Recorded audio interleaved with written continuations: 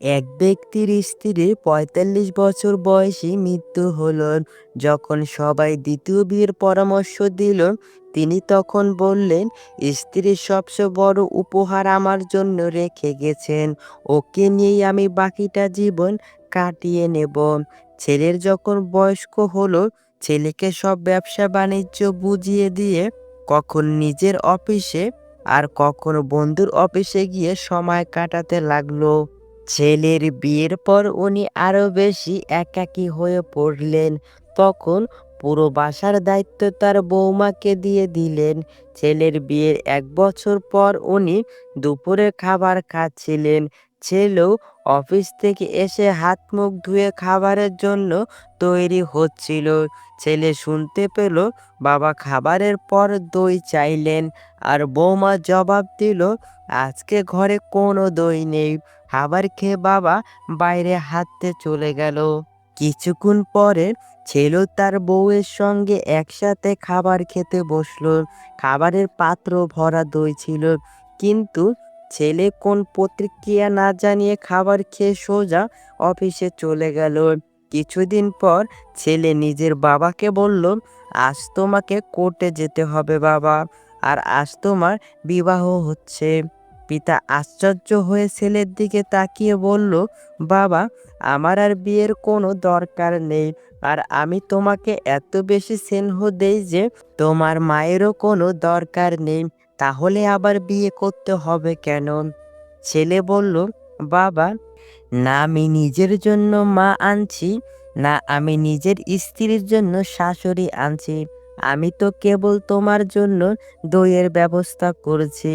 কাল থেকে আমি ভাড়া বাড়িতে তোমার বৌমার সাথে থাকবো, আর তোমার অফিসের এক কর্মচারীর মতো বেতন নিব, যাতে তোমার বৌমা জানতে পারে দইয়ের প্রকৃত দামটা কত। বাবা মা আমাদের জন্য এটিএম কার্ড হতে পারেন, কিন্তু তারা আমাদের দয়ায় না, বরং আমরা তাদের দয়ায় বেঁচে আছি। ১০০ বছর বাঁচার জন্য ১০০ বছর বয়স হওয়ার কোনো প্রয়োজন নেই। শুধু একদিন এমন কাজ করে যাও যাতে লোক তোমায় ১০০ বছর পর্যন্ত মনে রাখে। চালাক মানুষের সমস্যা একটাই, তারা মনে করে তারাই বোঝে, কিন্তু আপনি যে তার চালাকি বোঝেন সেটা তারা বোঝে না। কোনো এক ব্যক্তিকে সাহায্য করলে সারা পৃথিবী বদলে যাবে না, কিন্তু যাকে সাহায্য করবেন তার পৃথিবীটা অবশ্যই বদলে যেতে পারে। প্রয়োজনের থেকে বেশি ভালোবাসা পেলেই মানুষ অবহেলা করতে শুরু করে।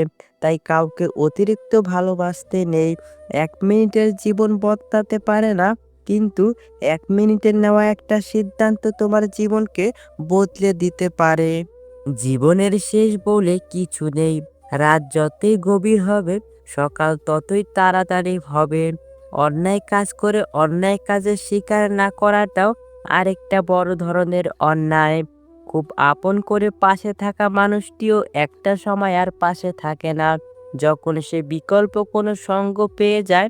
রব মানুষকে ধনুক আকারে ঠোঁট দিয়েছেন, আর তীর হিসেবে দিয়েছেন মুখের কথাকে। সময় হলো এক অমূল্য সম্পদ। যদি তুমি সময়ের মূল্য না দাও, ভবিষ্যতে তোমায় নিজেরই কোনো মূল্য থাকবে না। সুখ হলো প্রজাপতির মতো, ধরতে গেলে উড়ে যায়। কষ্টগুলো চোখের জলের মতো আজীবন ঝরে যায়। কেউ জন্মগতভাবে খারাপ হয় না, খারাপ বানায় কিছু বেইমান মানুষ আর আশেপাশের পরিস্থিতি। আমি কখনো কাউকে কষ্ট দেইনি, এই কথাটি হচ্ছে অহংকারের আরেকটি নাম। তুমি হয়তো জানো না, নীরবে থেকেও মানুষকে কঠিন কষ্ট দেওয়া যায়। যখন জীবনে কিছুই হারানোর বাকি থাকে না, তখনই মানুষ নিজের ভুল একে একে বুঝতে পারে, আর তখন তার কিছুই করারও থাকে না।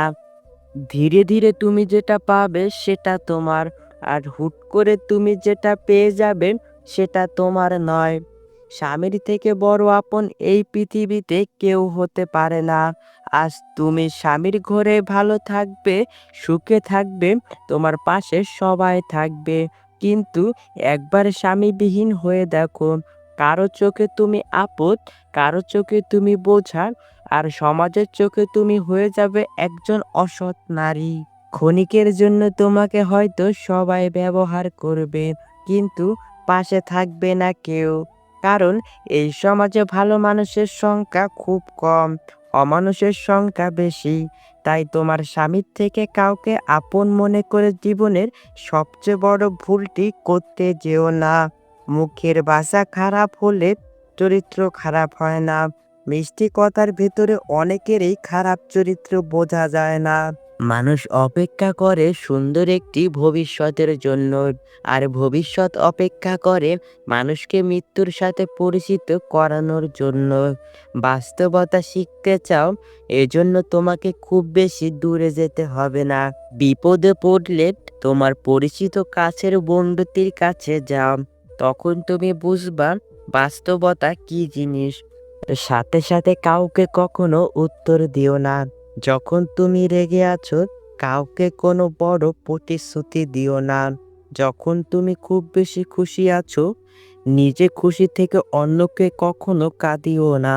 শেষটা কিন্তু সামলাতে পারবে না। মনে রাখবে, ভালো সময় যেভাবে এসেছে, খারাপ সময়ও আসতে পারে। মানুষের ভালো সময় ও খারাপ সময় কখনো স্থির থাকে না। মানুষ ঘর বদলায়, মানুষ সম্পর্ক বদলায়, মানুষ বন্ধু বান্ধব বদলায়, তবুও তাদের সমস্যার শেষ হয় না। এর কারণ হলো সে নিজেই বদলায় না। কিছু স্ত্রীদের স্বভাব এমন হয় যে সবসময় তাদের স্বামীর কাছ থেকে সবকিছু পাওয়ার পরেও অন্যজনের স্বামী কি করে এই বিষয় নিয়ে নিজের স্বামীর সাথে তুলনা করে। তবে স্বামীর উচিত তার স্ত্রীকে বুঝিয়ে বলা, এগুলো ঠিক না। অন্যের বিষয়ে কান না দিয়ে নিজের দিকে দেওয়াটাই ভালো। তাহলে সংসারে সুখ আসবে। নইলে একটা সময় এই সংসারটা সুখ থেকে দুঃখে পরিণত হয়ে যাবে। আপনার স্ত্রীর মধ্যে এই ৩টি লক্ষণ দেখলে বুঝবেন সে অন্য পুরুষের সাথে কিছু একটা করে।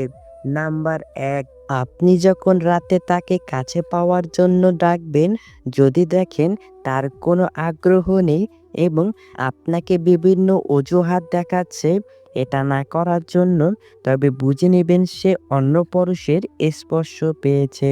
নাম্বার ২, হঠাৎ করে যদি নিজের চেহারা বা সাজগোজের প্রতি অনেক খেয়াল দেয়। নাম্বার ৩, যদি বিভিন্ন ধরনের অজুহাত দেখিয়ে একা একা বাইরে যাওয়ার চেষ্টা করে, তখনই নিজের সন্দেহ বাড়ান। ঘুম আসে না দুটো চোখে, হারায় মুখের হাসি, মানুষ এখন রোগে কম, মরে ভালোবেসেই বেশি।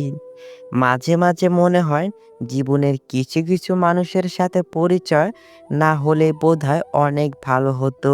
ফিরে যেতে হবে যেন যখন পৃথিবীতে আসা। হাসি মুখে জয় করে নাও সকলের ভালোবাসা। বিশ্বাস করতে হলে এমন কাউকে বিশ্বাস করো যার মধ্যে নীতি আছে, যার মুখের কথা ও হাতের কাজে কখনো নড়চড় হয় না।